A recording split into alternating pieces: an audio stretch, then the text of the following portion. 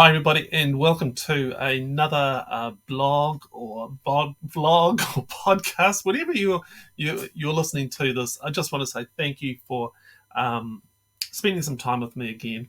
And today's topic is, I suppose, one that comes from um, my other job, which is all about gardening.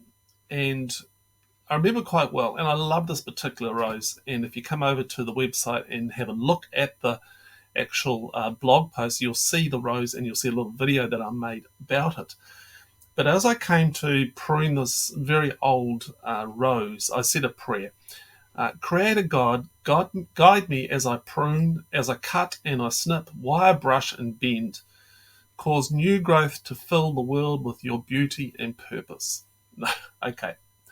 To be honest, I didn't really pray such a poetic prayer, but it was the intent of my heart, and I'm sure the Lord heard it. But after cutting and snipping much of last season's growth away, I actually reached for my bright yellow handled wire brush. Now, normally I use this for wire brushes are used for brushing off the rust off steel, and this was now to be used on a plant, a living rose. In fact, I would consider the queen of the garden. And I always slightly cringe when I come to pruning season. It seems such a harsh thing to do, to cut away what has taken time and energy to put together. And I always warn my gardening clients that this may seem harsh, but something has to go if they want the fruit or the flowers. And the wire brush seems the harshest of my tools to me. It's like a full-on assault of scratching and abuse on a very protective layer of the soul. And as I'm a kind of a soft-hearted kind of a person, and I wince at the thought. I never like to be that harsh with any living thing. But there is bark and there is lichen and moss, and a callicine has built up over the seasons that shrouds the potential living underneath.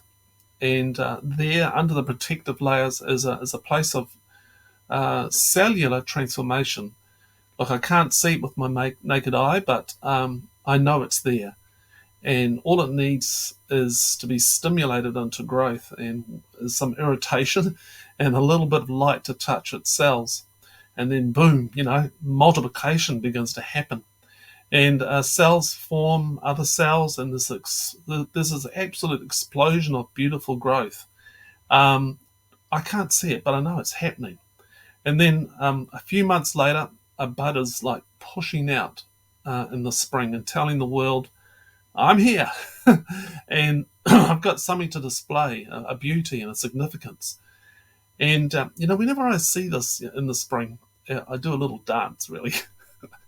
uh, and I might see this sort of explosion of growth in people I have conversations with, people like you.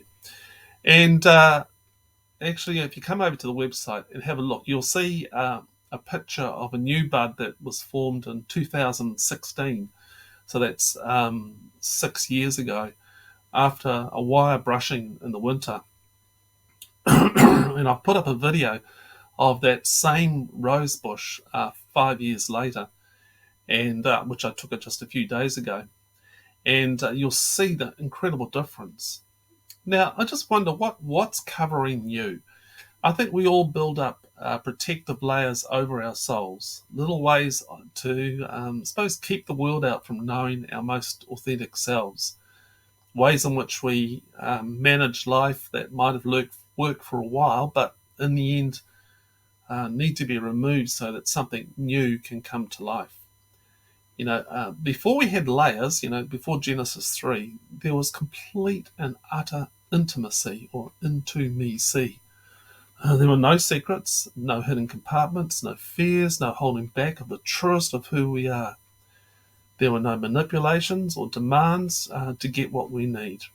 But I suppose now we have calluses that protect our small inner child, waiting for a hug, some love, and some reassurance. And with every hurt, we build up a few more cells to protect ourselves. We build out a plan and some behaviours to get our needs met our way. I will never get hurt again becomes like a mantra to the soul. And over years and years of saying this to ourselves, the layers sort of build up upon themselves. Moss and lichen and unwanted parasites, they grow in the crevices and the cracks. But I think we all have a beauty and a purpose, but so hidden away that it's lost to ourselves and especially to others who need our beauty and purpose to complement their own. So when someone says to us that there is a beauty and a purpose in us, we laugh, like Sarah in Genesis, where she laughed at God's suggestion that she might have a baby. But actually, something sticks. We know at a heart level that they might be right. We don't like it, but we actually long for it. And Dan Allender says, look, I want the tidy and true, but I crave the wild and the unknown. I love that. I like the tidy and the true. Yeah, nice and tidy. But actually there's something that's within me that I really want the wild and the unknown. Could you, looking under the surface, under your surface, find something of life transformation in you? Could I or someone else take the wire brush to your buck? Probably like, oh no. Jesus once described God the Father / Mother as being like a vine dresser, someone who cares for the health of the vine. And in the passage from John 15:2, he uses prune to describe the vine dresser's actions upon the vine. And the original listeners would have heard the word prune as the Greek word kathario, which means to make clean by purging or removing undesirable elements. It's a clean-up process. It's what I do to the roses, taking away that is what unwanted, unneeded, and ultimately unhelpful to the creative beauty and purpose stored up. And look, it can feel harsh and brutal at the time, but given some time, a newness is welcomed into the world. Men and women, I believe, actually are different. Tell a woman she is beautiful, and most likely she'll wonder what you want. Tell them there is beauty within her, and she'll most likely dismiss it and you. But start to speak to the desires of her heart, and you'll discover like a dormant bud at the cellular level. And speak affirmations into it, and perhaps something might start to grow. And I believe, for most part, many women confuse beauty with external performances. Shape, hair, skin, clothes, weight. And the world just panders to this comparisonitis. But real beauty has an attractiveness that embodies divine beauty and the wow of what God is like. It's in every woman. It really is. Larry Crabb says that a woman is feminine when she relates in a way that invites others to see something about God that is irresistibly attractive. Something about the relational nature of God that she was created to enjoy and reveal. And I see this all the time. Some things that women just do that, like, oh wow, I just see God. I see the God-like nature of God in what she's doing. It's beautiful. And a beautiful woman welcomes us in to see what God is like. Look, come into my home, messy as it is, and I'll reveal something of God. And I've got a blog post about that you can have a look at. But it's different for men. I think, tell a man has a purpose and something might just light up. But under the years of failures and false starts, like an impotence of the soul might have just calloused over the cells.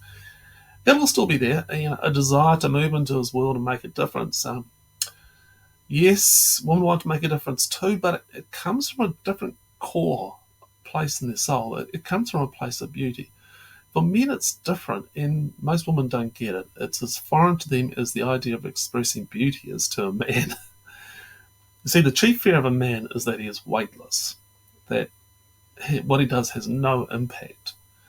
And I sit here and I write these words and I speak into this camera and the microphone, and I just wonder, are they having any impact?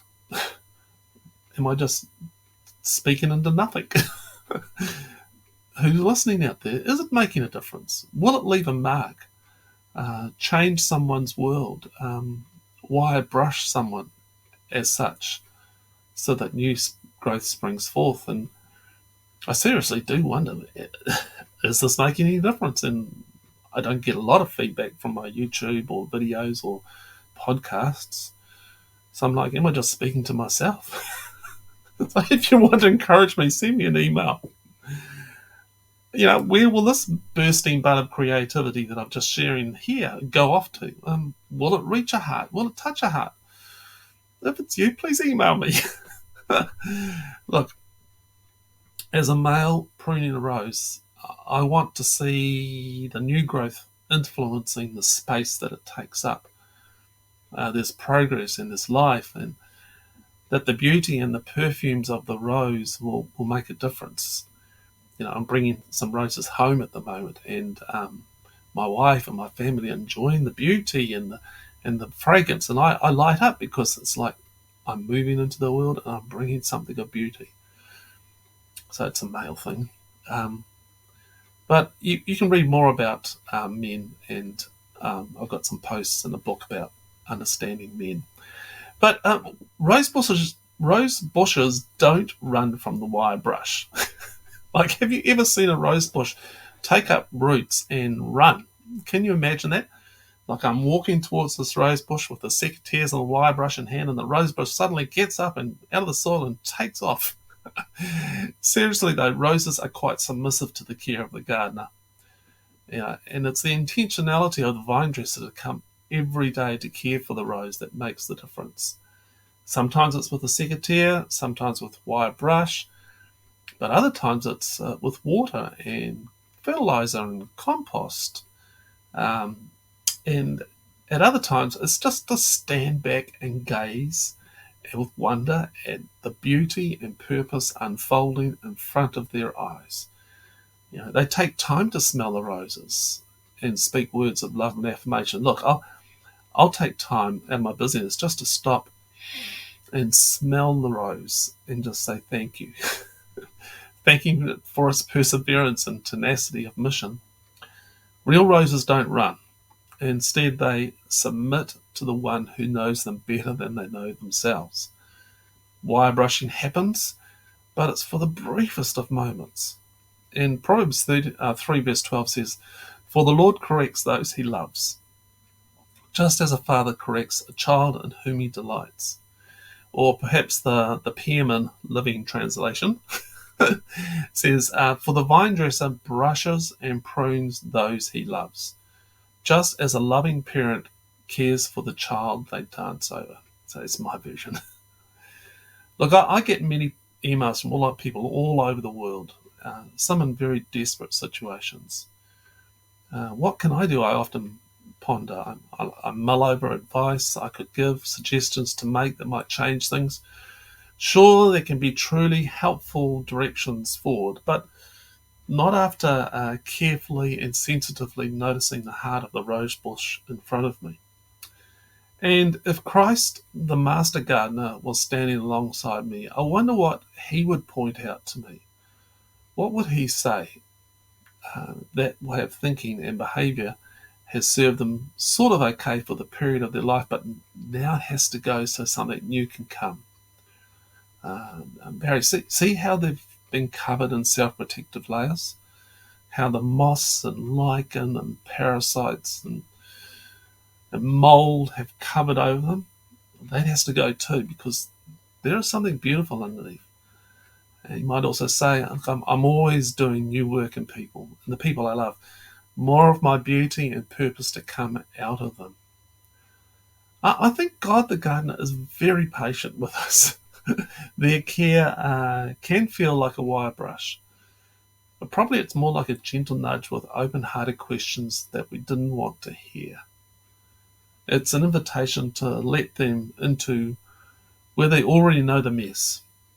It's a wisdom that is pure, full of quiet gentleness, peace-loving, courteous, open to discussion, willing to yield to others, full of mercy, full of good deeds, wholehearted, straightforward, sincere.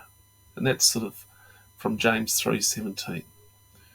So for me, and I hope for you, that you don't run from the vine dresser. Here's some quotes for you to think about. Shame causes us to see our identity as flawed rather than seeing ourselves as having flaws.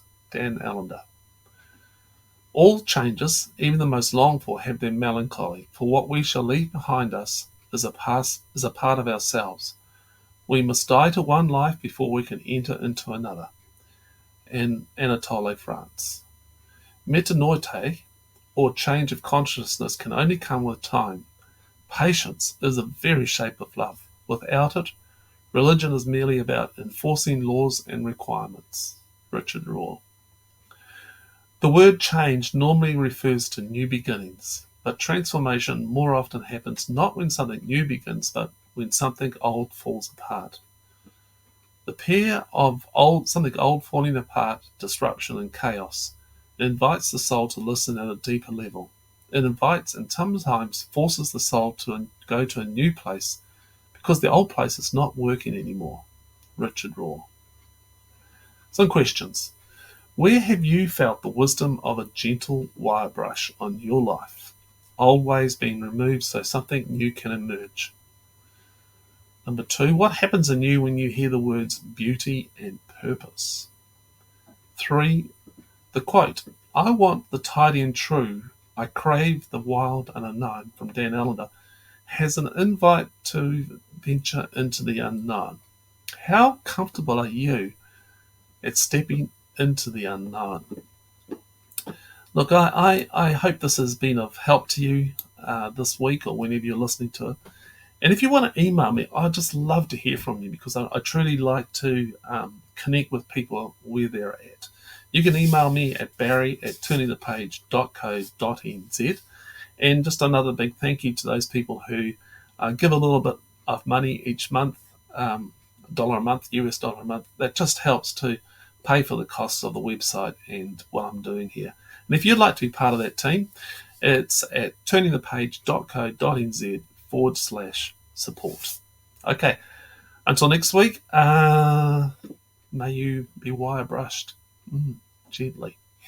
Okay, bye.